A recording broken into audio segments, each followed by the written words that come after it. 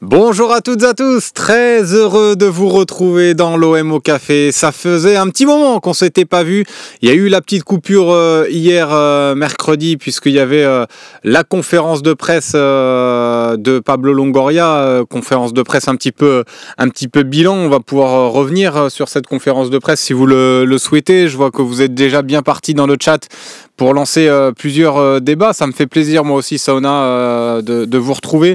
Ça faisait un petit moment. Donc, n'hésitez pas à chatter aussi sur YouTube. Je vais avoir un petit œil aussi sur le chat YouTube, sur le chat Twitch, comme d'habitude. Et puis, vous pouvez également nous regarder via le Phocéen ou via MyPhocéen désormais, où vous pouvez chatter avec nous. Donc, ça fait plaisir. On va pouvoir parler de l'Olympique de Marseille. Il y a pas mal d'infos. Il y a pas mal il y a surtout le match aussi de dimanche qui va être important parce qu'on parle beaucoup de choses autres que le match de dimanche de Coupe de France qui reste un match important dans cette saison pour bien terminer aussi et terminer sur une belle note l'année 2024.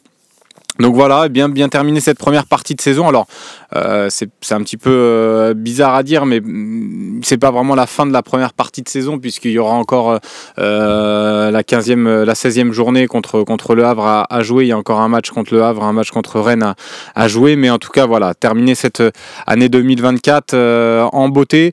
Je vais commencer à saluer un petit peu le chat quand même. Merci à Auguste sur YouTube d'être présent, Johan Esquiva également, Vito qui veut parler de l'Eutexie. On va en parler évidemment de cet arbitrage à deux vitesses, comme on dit. Baliele était un coucou de Washington. Ça fait plaisir. Merci de nous suivre. Des États-Unis. Voilà. Écoute, je suis jamais allé aux États-Unis, tiens, pour tout vous dire. Écoute, j'espère que tu te régales bien à Washington et merci de nous suivre. Un petit train de la hype qui est lancé. N'hésitez pas. Voilà, il faut lancer le petit train de la hype.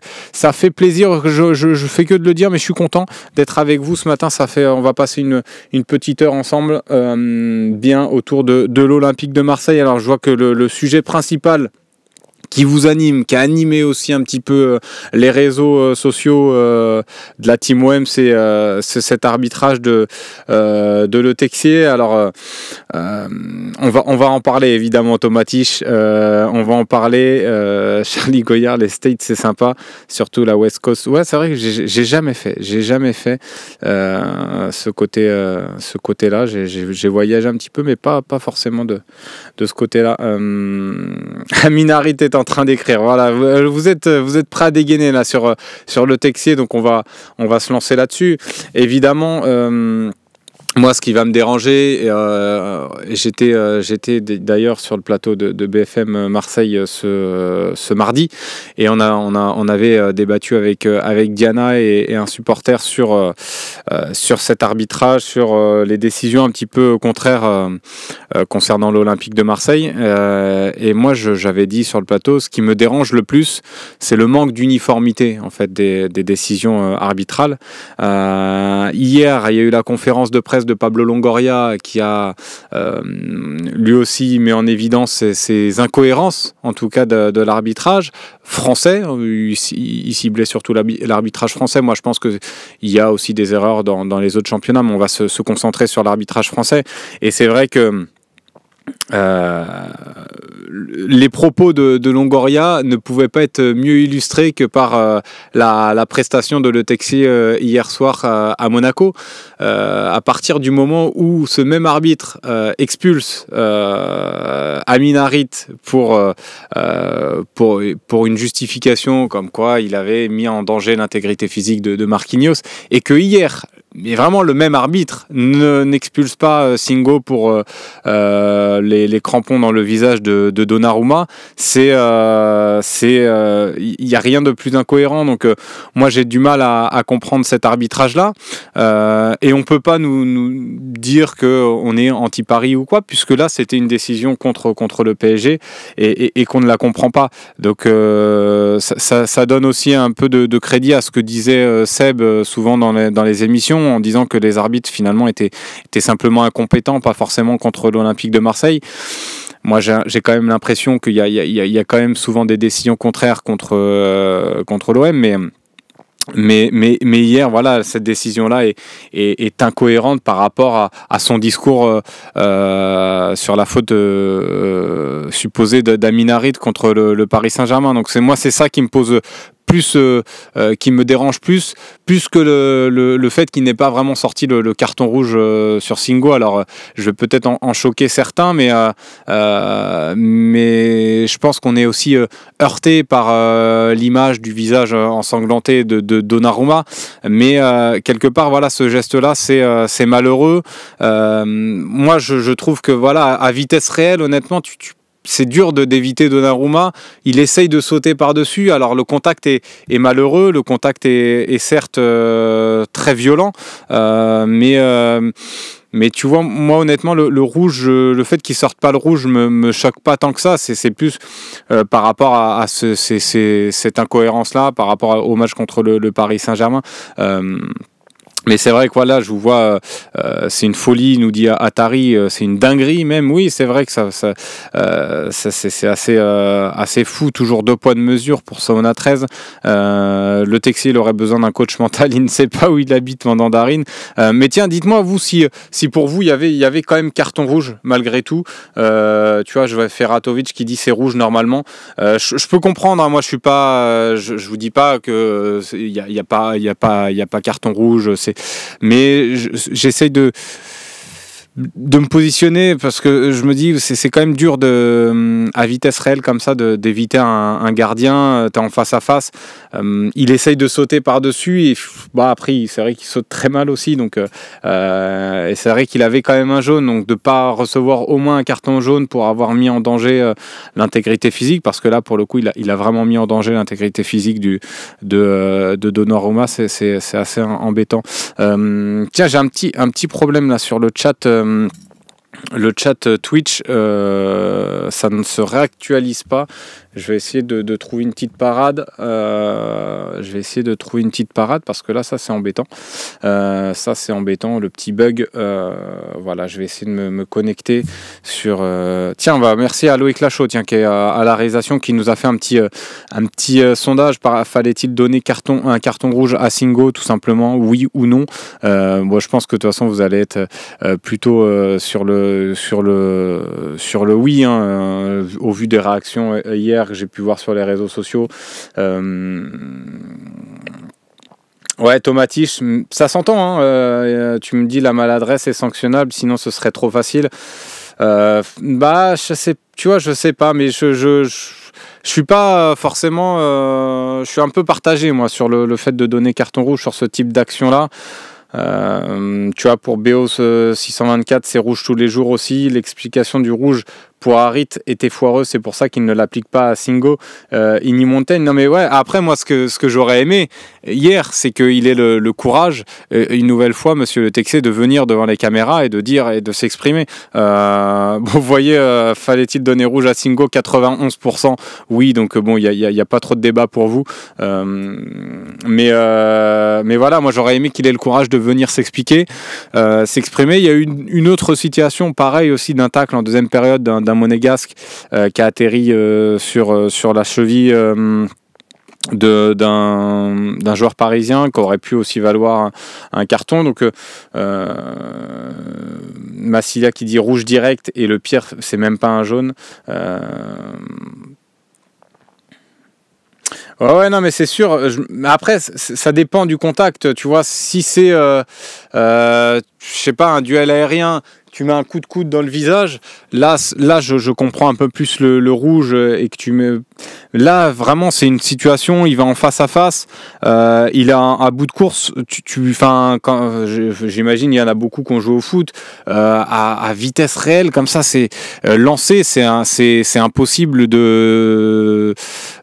d'éviter le gardien, donc il fait tout pour, il saute, après, c'est j'ai envie de dire, parfois le risque le risque du métier. C'est malheureux parce que vraiment, au final, ça devient un geste assez dangereux parce que ça aurait pu être plus grave. Mais voilà, en tout cas, bon, moi voilà, je suis un petit peu partagé. Le rouge je m'aurais pas choqué, mais le fait qu'il donne pas, c'est pas tant ça. Moi, c'est plus vraiment le manque d'incohérence, le manque de cohérence plutôt, le manque de cohérence dans les décisions. Et quand je parlais d'uniformité, encore tu pourrais te dire, bon, si c'est deux arbitres différents, qui n'ont pas forcément la même sensibilité, un qui est plus à vouloir laisser jouer ou autre, tu peux essayer de comprendre. Je dis bien essayer.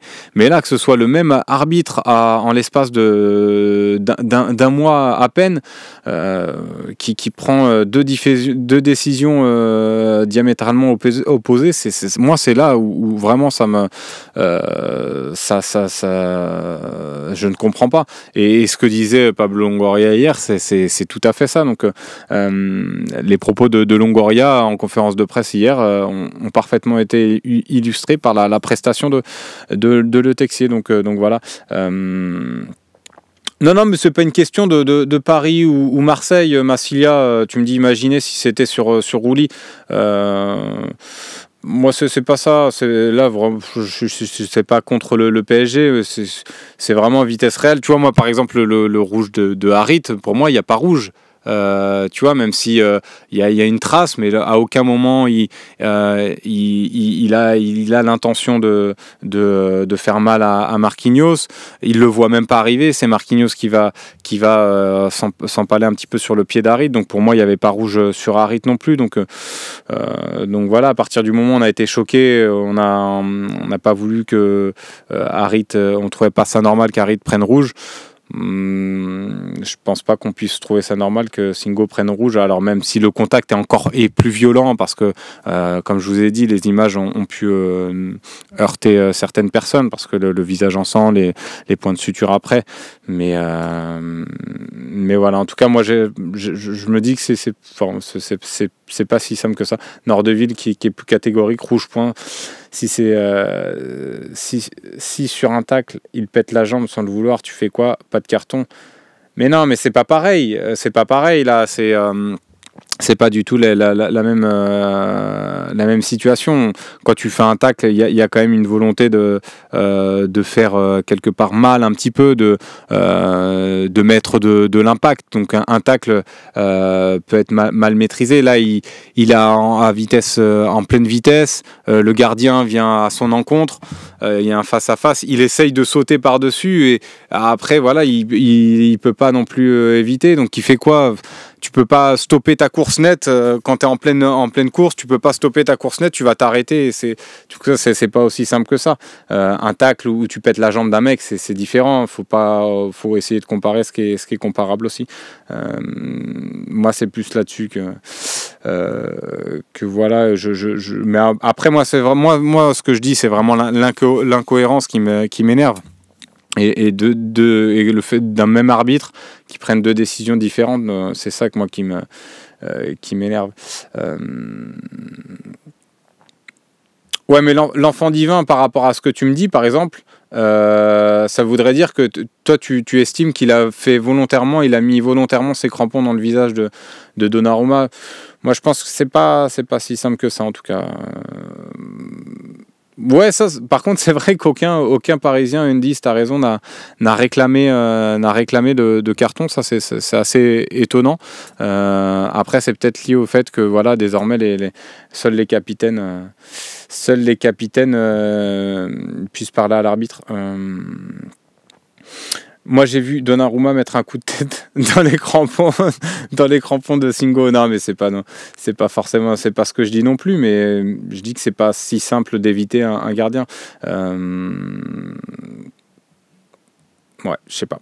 Je suis pas si catégorique que vous là-dessus, mais après voilà. Mais comme je dis, j'aurais compris qu'ils sortent carton rouge, parce que quand tu vois le visage de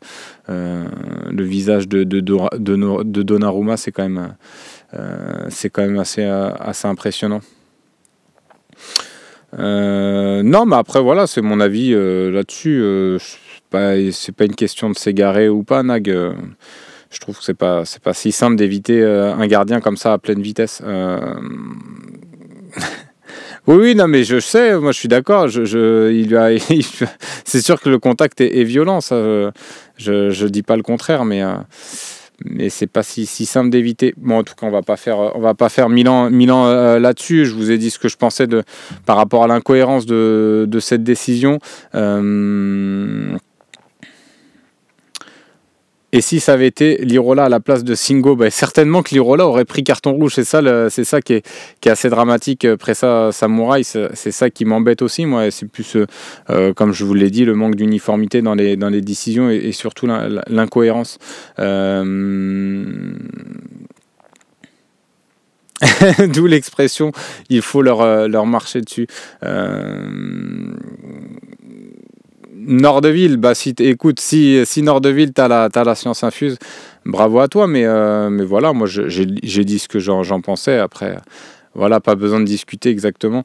Ladgar, super interview de Longoria au passage sur l'arbitrage. Ouais, ça a été intéressant.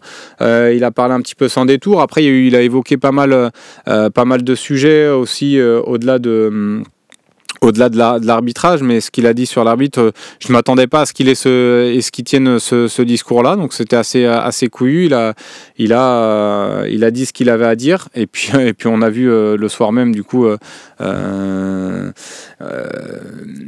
que finalement il avait raison. Donc voilà, il y a eu aussi la question sur Paul Pogba qui a été évoquée. Il a un petit peu là pour le coup fait ce qu'on appelle un petit peu du media training. Tu te doutes bien qu'il va pas révéler qu'il y a des discussions, s'il y a vraiment des discussions. Donc là, pour le coup, cette question-là était peut-être, en tout cas cette réponse-là était moins intéressante. Mais voilà, sinon dans l'ensemble, ce qu'il a pu dire aussi sur Rabiot, sur le projet aussi autour de l'OM, non, c'était intéressant. Le fait qu'il fasse aussi cette conf bidon, même si on avait l'habitude de ce type de conf-là de la part de Pablo Longoria, c'était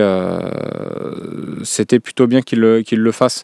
Tiens, vous êtes encore sur le carton rouge. Au contraire, Slim, c'est très simple. Les joueurs en général plient les jambes en passant au-dessus du gardien, quitte à tomber ensuite.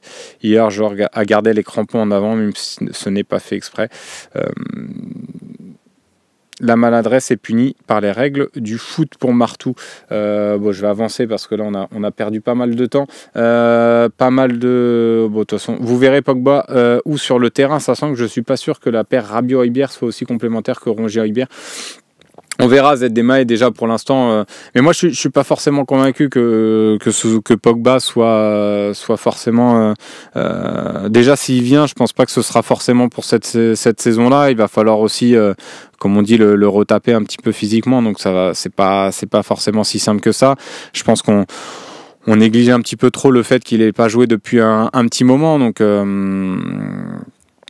Donc voilà, mais tiens, merci, je remercie Idriss, tiens, qui nous regarde dans l'OM au café. Tiens, qu'il n'hésite pas, Idriss, s'il veut appeler. Tu peux afficher le petit numéro si tu veux, Loïc, à l'écran. On va pouvoir commencer à prendre les appels. Si vous voulez m'appeler d'ailleurs ce matin, ou même Idriss, si tu veux participer un petit peu à l'émission. De toute façon, tu demandes un lien à Loïc, n'hésite pas. Donc voilà, ça pourrait être intéressant. Tiens, le chat, voilà, est revenu. Je vais pouvoir prendre aussi le chat YouTube, comme ça le chat sur Twitch est revenu sur mon téléphone, donc c'est parfait. Alors Slim, va-t-on voir à Wai dimanche? Je sais pas, moi vous voyez, on a fait une oui, c'est vrai, c'est Foufa, sacré Romain, qui a pas hésité à reprendre Longoria sur le fameux minutage, la petite expression. C'est vrai qu'il m'a fait marrer hier. C'était sympa, la petite conf. Et deux très bonnes questions d'ailleurs de Romain hier sur la conférence de presse. Non, sur Eli Wahi, déjà il avait cette gêne musculaire la semaine dernière. Donc est-ce qu'il sera apte à jouer? On en saura un peu plus demain, parce qu'on aura la conférence de presse, on aura l'entraînement également ouvert pendant une quinzaine de minutes, donc ça permettra aussi de faire le petit point Petit point médical avec l'OM. Donc pour l'instant, il pourrait jouer. Moi, en tout cas, je serais pas pour tout chambouler. Alors je sais qu'on va me dire c'est que Saint-Étienne en face, que c'est une équipe assez faible qu'on a joué il y a peu de temps. Mais moi, j'ai l'impression qu'aujourd'hui, si tu mets un Eli Wahi par exemple, si tu mets un Lilian Brassier, si tu mets même un Derek Cornelius qu'on a vu un peu à court de rythme, son entrée contre Lille, si tu mets un Ismaël Koné, j'ai l'impression que tu vas t'affaiblir, tu vas affaiblir l'équipe. Tu as très peu de certitude, tu commences à en avoir là avec ce nouveau système-là. Je ne serais pas pour tout chambouler là juste avant le dernier match, avant la trêve. Je pense que ça reste quand même un match important qu'il ne faut pas prendre à la légère. À Saint-Étienne, ils vont être aussi revanchards, ils vont avoir envie de faire un gros match contre l'OM. Là, ils ont viré leur coach Dalloglio, donc ils vont essayer d'avoir ce déclic-là peut-être aussi contre nous. Donc moi, je ne serais pas pour tout chambouler, j'ai envie de revoir le même 11. Il y a peut-être Jeffrey Delange qui pourrait débuter dans les buts parce que d'après ce qu'on nous dit au club, il ne démérite pas et loin de là, il a une attitude irréprochable, que ce soit dans le vestiaire pendant les entraînements, et même il affiche un niveau assez élevé aux entraînements, donc il a beaucoup d'estime en tout cas au sein du club. Il y a beaucoup de personnes le trouvent très bon, donc ça m'étonnerait pas que De Zerbi fasse un petit changement là-dessus, mais c'est compliqué parce que Rouli est tellement phénoménal depuis le début de la saison que ça peut être difficile de le changer, mais peut-être qu'ils se sont mis déjà d'accord sur le fait que un joue la compétition, la Coupe de France, et l'autre le championnat, donc ça pourrait être une éventualité, mais sinon je ne suis pas forcément pour changer moi l'effectif. Je ne sais pas ce que vous en pensez. On a fait d'ailleurs un petit sondage, je vais aller le regarder. On a fait un petit sondage sur le Phocéen, là, sur la une de ce matin de 1h. Quel joueur en priorité vous aimeriez voir contre Saint-Étienne s'il devait y avoir changement? Donc il y avait aussi le vote, si vous pouvez voter pour aucun changement ou pour tous les changements. Donc j'ai regardé, et là à 46%, c'est donc Jeffrey Delange, et derrière c'est Jonathan Roux à 18%. Donc on voit que il y a beaucoup de personnes qui aimeraient aussi voir Jeffrey Delange. Donc pourquoi pas? Ça peut être le seul changement notable de Zerbi sur ce week-end-là. N'hésite pas à me faire signe, hein. D'ailleurs Loïc, si tu as quelqu'un en ligne, ça sera avec plaisir. Le petit numéro c'est affiché.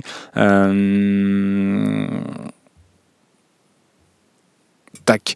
Voilà, je vais vous donner le numéro, le 01 87 40 25 54, le 01 87 40 25 54. Voilà, n'hésitez pas à venir pour dialoguer un petit peu ce matin avec moi dans le chat.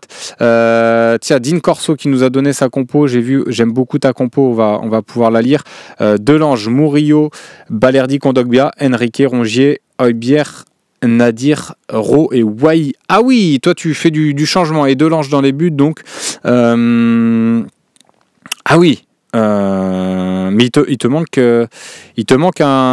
quelqu'un là par contre dans ta compo, parce que là tu es en 3-4-2. Delange, Murillo, Balerdi, Kondogbia, Enrique, Rongier, Højbjerg, Nadir, Ro, Wahi, et il te manque une personne, mon ami Dean Corso. Donc peut-être que toi tu veux rajouter, alors ce serait peut-être un Rabiot, je sais pas. Ouais, non, mais après, j'aime entendre que nos remplaçants sont concernés. Oui, après, ça dépend de qui tu parles, mais si tu parles de l'Ange, oui, pour le coup, il est vraiment irréprochable. Et pour un deuxième gardien, c'est pas facile, surtout quand tu as un joueur qui est ultra performant en face. Donc, bon, on a la chance d'avoir deux gardiens plutôt bons, mais on aura peut-être la chance aussi de le voir à l'œuvre contre Saint-Étienne. Ouais, mais je suis d'accord avec toi, moi, Hugo Bord. Si la Coupe de France est un objectif, c'est l'équipe type qui doit être alignée. Moi, je suis plutôt de ton avis. Et je pense que De Zerbi, de toute façon, est de cet avis-là. Hein. Ça va être un des objectifs de cette saison. Tu as que ça à jouer avec le championnat. Mais c'est pas la Coupe de France qui va trop te fatiguer. Donc... non, moi je suis pas forcément convaincu qu'il faille changer le 11 qui est un 11 qui marche plutôt bien ces derniers temps. Mais c'est vrai que là tu vois l'attaque de Dean Corso avec Wai, ça ferait beaucoup de changements, des joueurs qui n'ont pas forcément toujours joué ensemble, donc je suis pas convaincu. Mettre aussi un Nadir la titulaire, je sais pas. Moi je suis pas forcément convaincu par ce chamboulement-là, honnêtement, d'In Corso. Par contre, voilà, alors Atari 45, je suis plutôt d'accord. Le seul qui pourrait s'incorporer, on l'a dit, on a parlé de Jeffrey Delange, évidemment. Il y a aussi Jonathan Rowe, qui pour le coup, lui, est un joueur qui démérite pas, qui à chaque fois qu'il a été aligné sur le terrain, a montré de belles qualités, a toujours été plutôt enthousiasmant. Donc, lui, il est plutôt victime en fait de ce nouveau système-là, parce qu'il ne peut pas jouer à la place de Luis Enrique en piston. Il pourrait jouer à la place de Rabiot un peu plus haut, mais tu peux pas aujourd'hui te passer d'un joueur comme Rabiot. Tu as Greenwood à droite qui est très performant aussi. Et un Neil Maupay qui est très bon, qui enchaîne les bonnes prestations aussi devant. Donc aujourd'hui, il est un petit peu victime de ce nouveau système-là. Alors il fait pas forcément peut-être aussi tous les efforts à l'entraînement pour renverser un petit peu la situation, mais à chaque fois qu'il a joué, il a été plutôt performant. Donc lui, c'est vrai, avec lui, Jonathan Rowe et Delange, ce seraient peut-être les deux changements qui n'affaibliraient pas l'équipe. Et là, je suis d'accord avec ton message, Atari. Mais si tu intègres Rowe dans cette équipe-là, c'est alors soit tu passes à un milieu avec Rabiot, Rongier, par exemple, parce qu'aujourd'hui, je pense que ce milieu-là, en tout cas, c'est les deux joueurs. S'il y a un joueur à enlever entre Rabiot, Rongier et Højbjerg, aujourd'hui, même si j'adore Højbjerg, en plus, hein, on en a déjà parlé souvent, mais j'enlèverais Højbjerg. Et je mettrais Rowe devant, mais c'est pas forcément ce que je ferais de dimanche. Donc, mais pourquoi pas si ça se passe bien, Jonathan Rowe, le faire rentrer rapidement. Tiens, je crois qu'on a Romain qui est au téléphone avec nous ce matin. Dis-moi, Romain, est-ce que tu m'entends déjà ? Salut Slim, je t'entends parfaitement. Eh ben écoute, ça fait plaisir de t'avoir. Alors c'est pas Romain Herring ni Romain Canuti, c'est pas Romain Herring parce qu'il m'avait fait la petite blague la dernière fois, mais c'est un Romain quand même fidèle dans l'OM au café. Quel débat tu voulais mener, tiens, ce matin dans l'OM au café justement ? J'ai envie de parler de la Coupe de France en priorité. Ouais. Parce que là, tu vois, on était sur la compo. Moi en tout cas, je donnais mon avis sur le fait qu'il ne faille pas forcément changer ou chambouler l'effectif. Toi, t'es de quel avis ? T'aimerais voir des joueurs être relancés contre Saint-Etienne ? Je change juste le gardien. Et si on va au tir au but, on mettra Rouly à ce moment-là. Parce que je crois en Coupe de France, il n'y a plus de prolongation, c'est ça ? Ouais, c'est ça. Donc je garde Rouly sous le coude.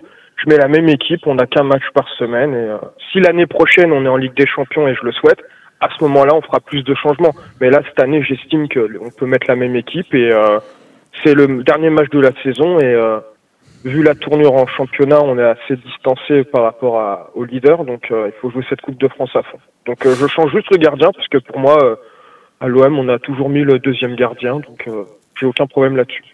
Ok, en tout cas c'est intéressant et on peut élargir un petit peu le débat parce qu'on parlait de Jonathan Rowe. Il fait beaucoup parler là depuis le début de la saison et depuis surtout ce changement de système là. Je disais, il est un peu victime de ce changement de système là. Est-ce que toi tu aimerais le voir intégrer un petit peu le 11 ? Alors tu m'as dit non parce que tu mettrais que Delange, mais peut-être le voir rentrer un peu plus tôt. Et est-ce que tu penses qu'il faudrait rebasculer en 4-3-3 pour intégrer justement un Jonathan Rowe sur un côté ?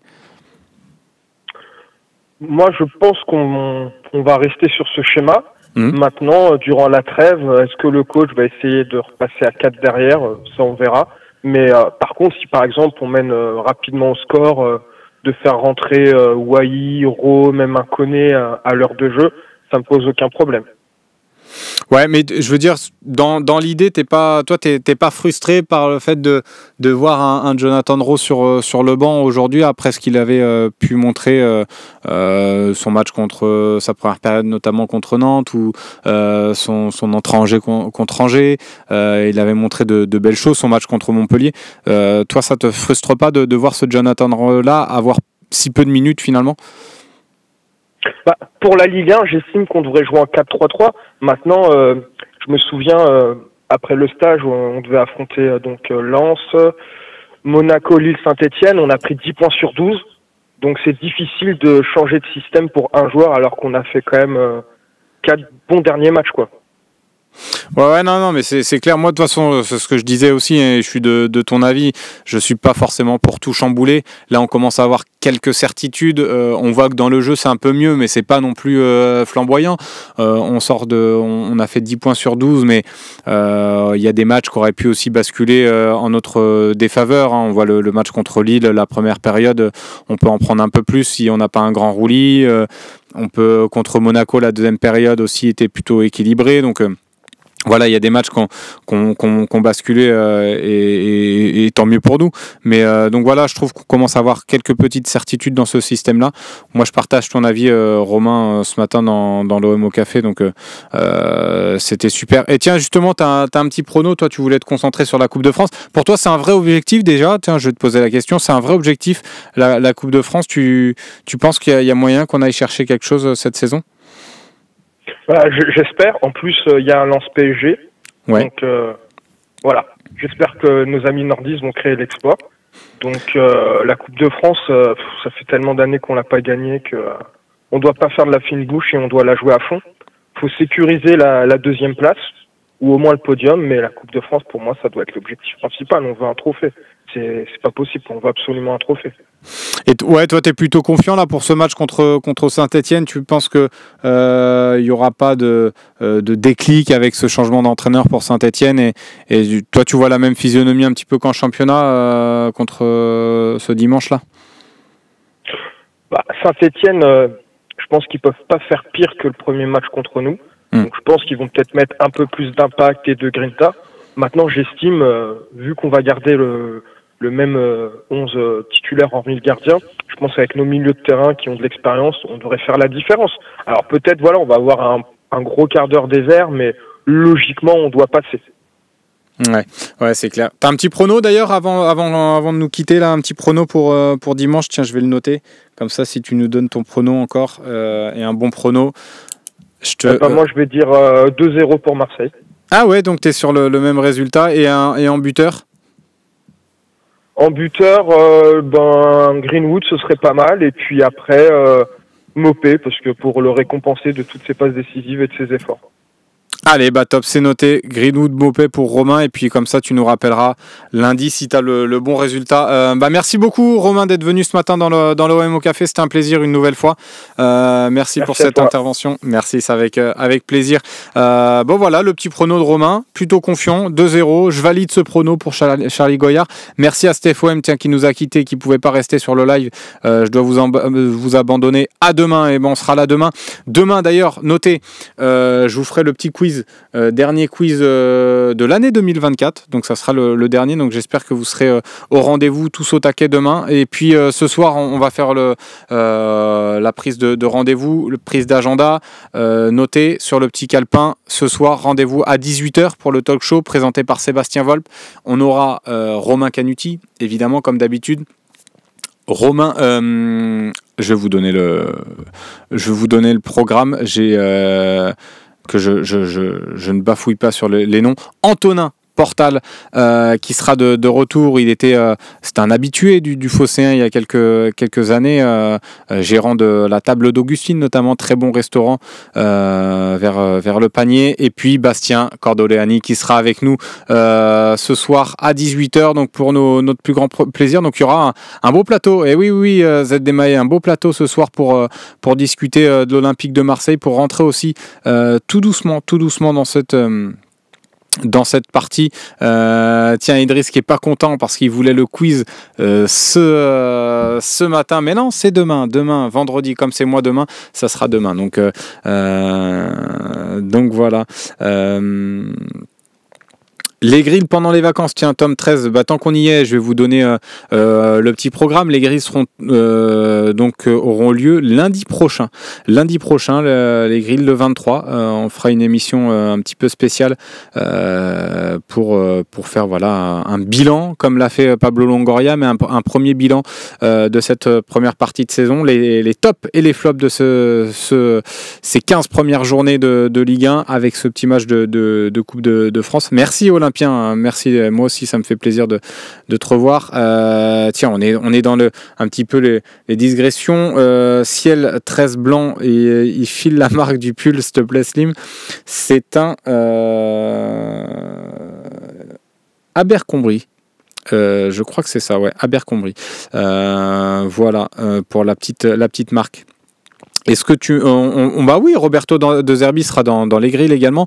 Brassier va griller, oui. Bah allez, soyons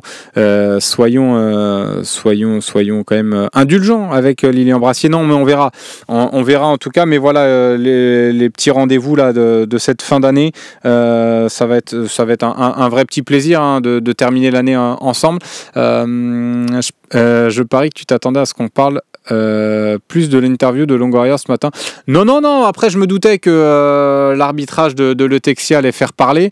Je me doutais grandement que ça ferait parler, donc pas de souci. Donc voilà, on aura le petit quiz, mais on peut continuer parce qu'il y a une info. On va rebasculer un petit peu sur vraiment l'Olympique de Marseille et ce qui intéresse les auditeurs ce matin dans le chat, parce que la marque de mon pull, je pense que ça n'intéresse pas beaucoup, quoique peut-être. Ouais, c'est ça, tout à fait, Zicheux. Tout à fait.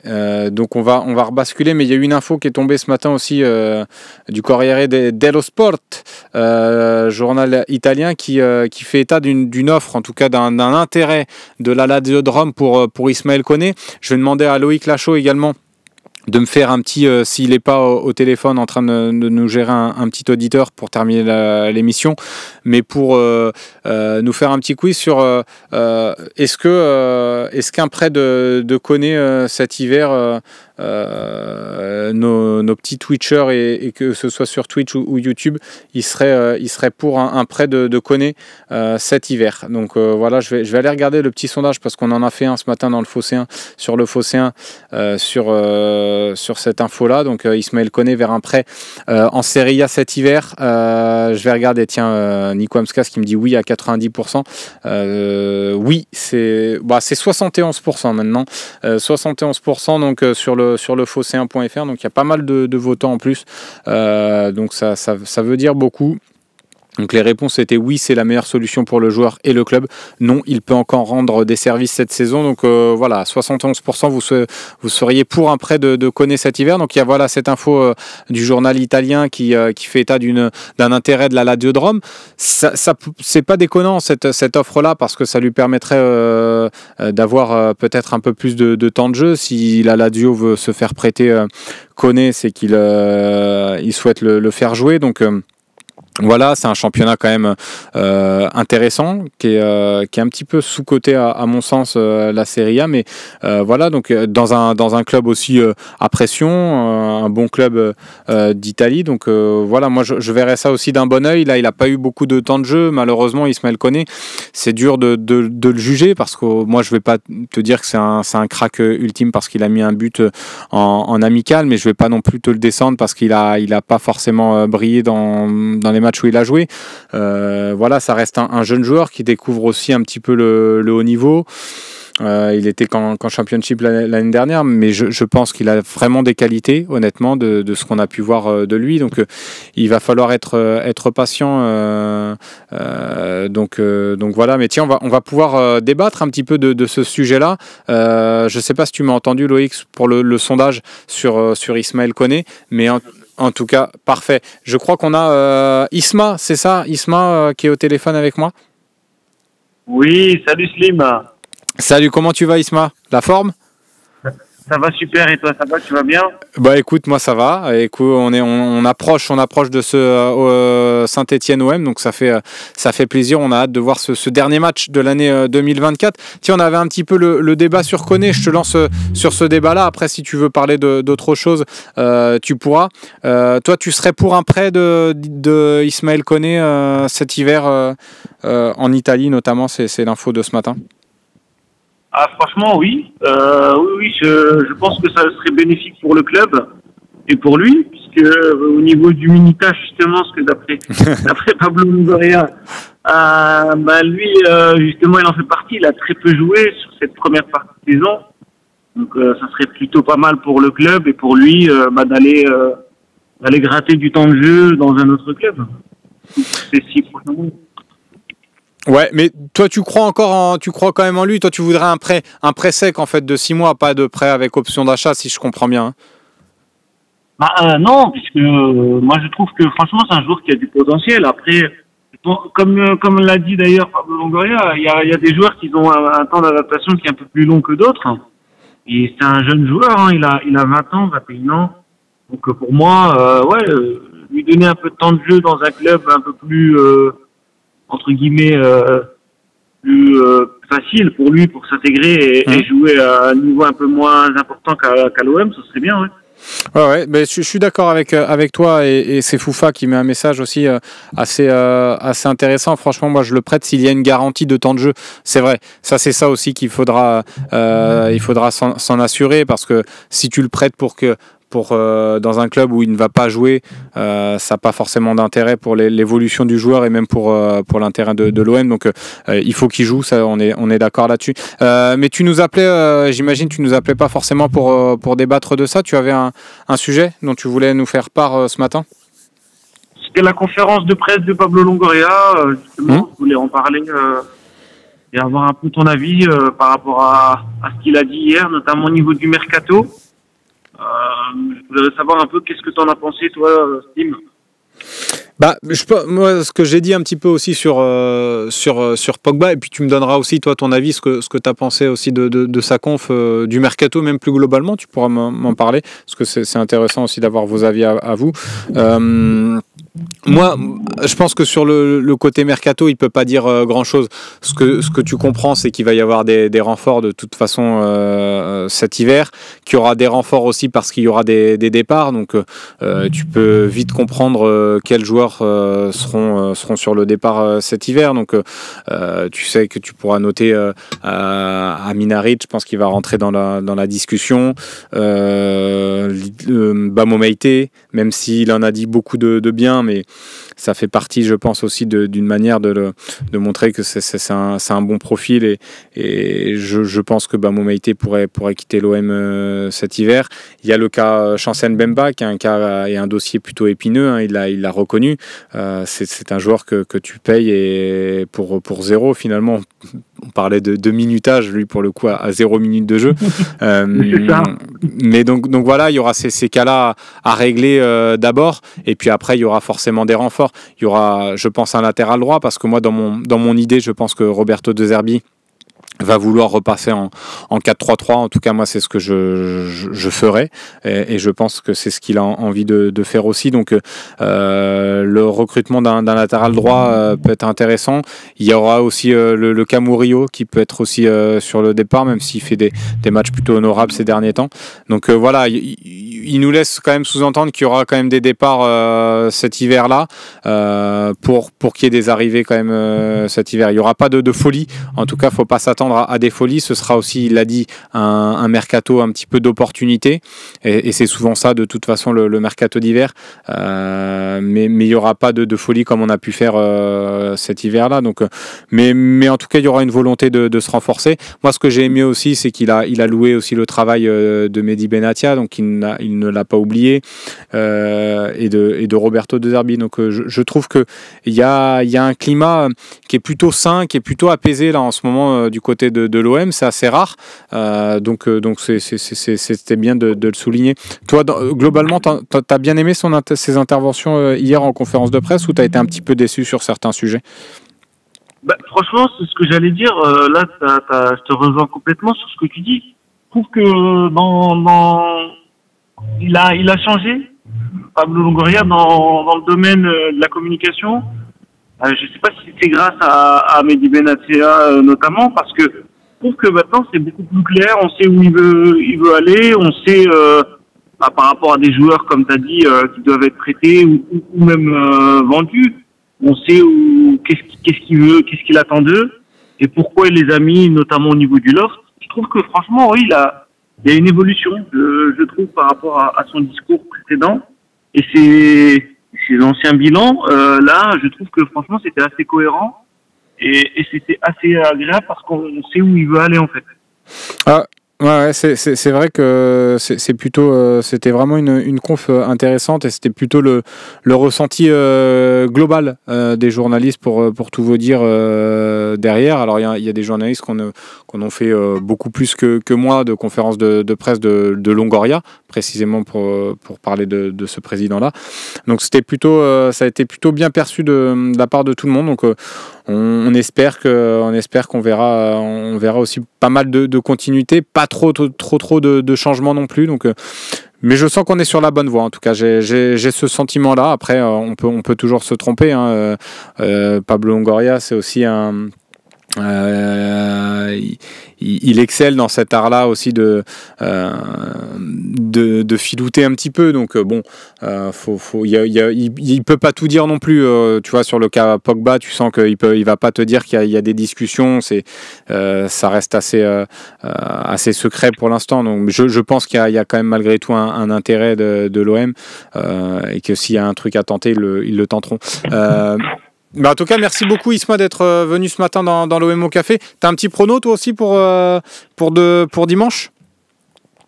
Franchement, je vois un match compliqué moi.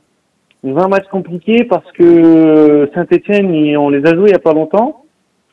Ce sera un match de Coupe de France, donc forcément ils seront, je pense, un peu plus.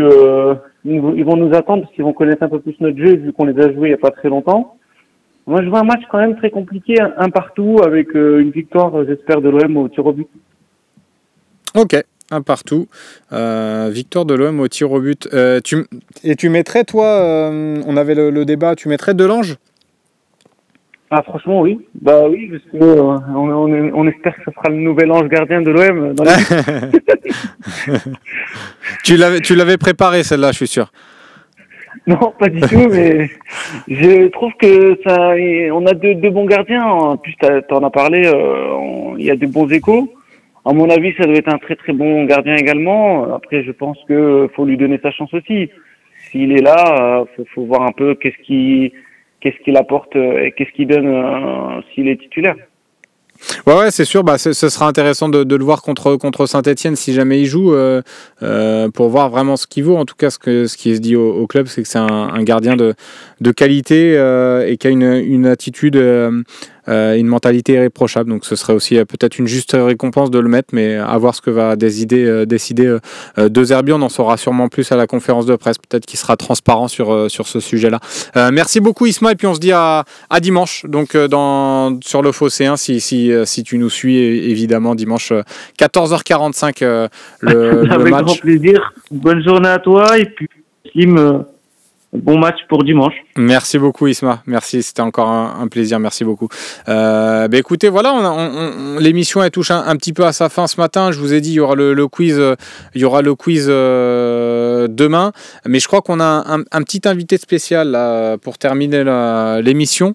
Est-ce qu'il m'entend, notre invité mystère? Bonjour à tous. Et voilà, c'est Idriss Kasmi, vous l'avez reconnu, qui va finir l'émission avec nous. On va lui laisser le mot de la fin sur cette émission. Quel débat tu voulais lancer? Je t'ai vu très actif là tout à l'heure sur le sujet notamment du carton rouge. Passe ton ballon, tiens, est-ce que tu veux faire une petite promo de Passe ton ballon? Écoute.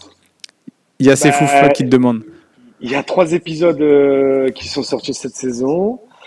On a prévu d'en faire un pendant les vacances, mais alors quand j'en ai aucune idée. Mais il faudra rester connecté. Voilà, bonne petite promo. Non, tu voulais réagir sur un sujet particulier là ce matin ou pas, Idriss? Non, je me suis auto-surpris à rester toute l'émission. Je comptais rester 5 minutes juste pour rigoler un peu de ton pull. Et au final, je suis resté, donc c'était très bien. Voilà, félicitations. Bah écoute, merci Idriss. Et tu vois, tiens, on avait le débat qui a beaucoup animé. J'étais un petit peu tout seul là de ce côté-là sur le carton rouge de Singo non donné, en tout cas à Singo. Toi, comment tu te positionnes par rapport à ça? Non, pour moi, il n'y a rien. Parce que lui, il est dans son geste, en fait. Tu vois bien que le geste, il est dans la continuité. C'est Donnarumma qui sort n'importe comment. Ok. C'est lui qui se met pas en sécurité, en fait. Mais sinon, Singo, il n'y a aucune intention. Tu vois bien qu'il maintient pas le pied en l'air, quoi. Il est dans la continuité de son geste, quoi. Donc pour moi, je vois pas comment il aurait pu l'éviter, quoi. Tu veux qu'il fasse quoi? Ouais, parce que tu vois, beaucoup, et là Dybala le dit aussi dans son message, il dit son geste il ne le maîtrise pas dès le début. Donc, en plus, toi, t'es gardien, donc c'est vrai que t'as peut-être tendance aussi à défendre un petit peu les gardiens, donc c'est marrant que t'es. Ouais, et en plus, je suis plutôt kamikaze, hein. J'aime bien sortir dans les jambes n'importe comment et tout. Mais ouais, des fois, il faut faire attention à sa tête, hein. Tiens, il y a Mandandarine qui dit tu peux demander à Idriss s'il a de. Ah oui, moins d'aller. Ouais, mais non, il a pas vu tes messages, donc je peux pas lui en parler. Tiens, pour Idriss, c'est rouge de Donnarumma, nous dit Charlie Goyard, et il chambre un petit peu. Non, il y a rien, quoi, c'est tout. Ouais, bah écoute. C'est dommage pour la joue de Donnarumma, mais malheureusement, tu veux faire quoi? Après, on est d'accord que si Harit c'est rouge sur Marquinhos, là c'est rouge foncé, mais le problème, c'est que comme il n'y a pas rouge sur Harit normalement, ben il n'y a pas rouge là. Ouais, non, mais en fait, c'est un petit peu ce que je disais, moi, c'est le manque de cohérence entre les décisions qui m'énervent un petit peu. Et sur la course de Longoria, est-ce que tu as pu la suivre un petit peu hier Oui, après, j'en attends pas énormément. Et en même temps, je prends toujours une petite claque de Longoria, à quel point il maîtrise tous ses sujets, à quel point il n'en fuit aucun. Et tu parlais de media training tout à l'heure, mais oui, par rapport à Pogba, bon ça, à la limite, c'est logique. Mais sinon, depuis qu'il a l'OM et qu'il est président et qu'il a instauré ces conférences là en hiver et en été, bah, tu remarques qu'il n'y a jamais un faux pas, hein. Il maîtrise complètement sa communication parce qu'il maîtrise complètement ses sujets. Donc c'est toujours intéressant, il y a toujours du truc à en sortir.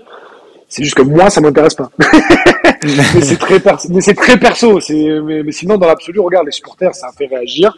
Pour les journalistes, ça fait des articles. Et lui, il a fait passer les messages qu'il avait à faire passer. Que ça soit à la presse, aux supporters, aux joueurs et à leur entourage. Tu parlais d'Ismaël Koné, tu parlais de Banu Meïté, peut-être de Brassier aussi. Donc les messages ont été passés. Donc franchement, oui, comme diraient les jeunes, c'est une masterclass. Ouais, non, c'est vrai. Ben, c'était un peu le sentiment global, hein, ce que je disais de tous les journalistes hier en conférence de presse. Et il y en a qui sont même plus expérimentés que moi sur cet exercice-là avec Longoria. Donc, c'est vrai que ça a sauté aux yeux, sa manière aussi d'esquiver aucun sujet, de parler aussi pendant plus d'une heure et demie. Hein. C'est vrai qu'il a pas hésité, il a pas fui en fait les sujets. C'est ça qui était aussi assez plaisant. Alors, on n'a pas pu, à un moment donné, fallait aussi stopper la conf, donc il y avait beaucoup de questions, donc on n'a pas pu tout prendre non plus, mais voilà, tu vois, il y en a certains dans le chat, là, il y en a un qui vient un petit peu à l'encontre de ce que tu dis, il trouve que c'est plutôt un enfumeur. Après, ça dépend de ce qu'on en attend. Lui, il est là pour faire son travail de président, et enfumeur, en fait, ça dépend. Si toi, tu t'attendais à ce qu'il dézingue les joueurs, à ce qu'ils disent on joue le titre, tu vois, qu'il arrive avec des affirmations ou des annonces, c'est pas l'endroit et c'est pas le moment. Ouais, non, mais c'est peut-être possible par rapport à ce qu'on en attend de la conférence de presse, quoi. Non, mais tu vois, je pense qu'il y a peut-être le cas aussi où il l'encense beaucoup, peut-être beaucoup trop. Après, le club a aussi beaucoup misé sur lui, donc ils peuvent pas. Voilà. C'est même pas juste une question de ils peuvent pas par rapport à leur communication. C'est juste que factuellement le joueur, il est en train de progresser, il change aussi parce que De Zerbi l'utilise à contre-emploi, mais De Zerbi est sûr, par rapport à tout ce qu'il dit et par rapport à tous les compliments qu'il en fait en privé et en public, qu'il peut jouer de la manière dont De Zerbi l'emploie. Donc il faut un temps d'adaptation aussi. Lui aussi, sa saison à Lens, elle a été moyenne. Il arrive de Montpellier, tu vois, c'est un peu, c'est aussi un gros changement d'environnement. Donc il va pas arriver et dire de l'attaquant sur qui il a posé 25 millions il y a 6 mois, enfin il y a 4 mois et dire non c'est insuffisant, il faut beaucoup plus. Il a 21 ans le mec. Ouais, non, mais c'est sûr. Donc il y a ça aussi à prendre en compte. C'est peut-être qu'il le pense, peut-être, j'en suis même sûr qu'il le pense foncièrement de ce qu'il a dit sur Wallis. C'est juste que nous on a tendance à ne voir que les prestations. Et je le dis à chaque émission, quand on parle d'un joueur, surtout sur un effectif aussi jeune que l'Olympique de Marseille, il faut faire la distinction entre performance et potentiel. Est-ce qu'on juge une performance pure ou est-ce qu'on juge un potentiel? Est-ce qu'on juge des prestations ou est-ce qu'on juge un joueur? C'est là où il faut placer le curseur. Mais toi, tu crois encore au fait qu'il puisse réussir à l'OM, justement? Ouais, tu crois encore en lui? Ah ouais, moi je suis encore là, moi. Okay. Moi je suis assez fan du profil de joueur et de ce que j'en entends aussi des oiseaux de la commanderie. Il s'est très professionnalisé là pendant la saison. Il a pris un chef, il a pris un deuxième prépa physique, enfin un physio, kiné prépa on va dire, pour avoir des soins un peu plus à la maison et tout. Et lui, il demande beaucoup de vidéos, il est assez avide de conseils et d'analyses. Donc pour moi, un joueur qui a autant de qualité et qui en plus commence à se donner les ingrédients d'eux, j'ai pas envie de douter de lui. Après, ça veut pas garantir qu'il soit bon, mais j'ai envie d'y croire. Écoute, c'est intéressant parce que c'est pas forcément l'avis de tout le monde dans le chat, donc, mais c'est vrai que c'est intéressant d'avoir ton avis. Merci beaucoup Idriss d'être venu ce matin dans l'OM Café, me tenir un petit peu compagnie. On peut le dire, hein, tu seras avec nous dimanche quand même Idriss pour commenter ce match. 13h45 la prise d'antenne, hein, ça sera très tôt. Je vais vous raconter ma vie, hein. J'ai match de coupe moi aussi à 11h. Oula. Donc mon coup de sifflet final est autour de 12h40. Donc je vais arriver direct. Ah ouais, pas de douche, rien. Bah c'est pas moi qui joue, moi je suis sur le banc. Ouais, mais bon, tu t'agites un petit peu sur le banc. Ouais, bah écoute. C'est toi qui seras assis à côté de moi de toute façon, tu te démerdes. Ouais, mais c'est ça le problème, c'est pour ça que je commence à. Oui, bah c'est sûr que les auditeurs ils vont pas te sentir, hein, ça c'est sûr. Moi mon problème c'est que je vais pas manger, c'est ça mon problème. Non, on essaiera de te préparer un petit truc.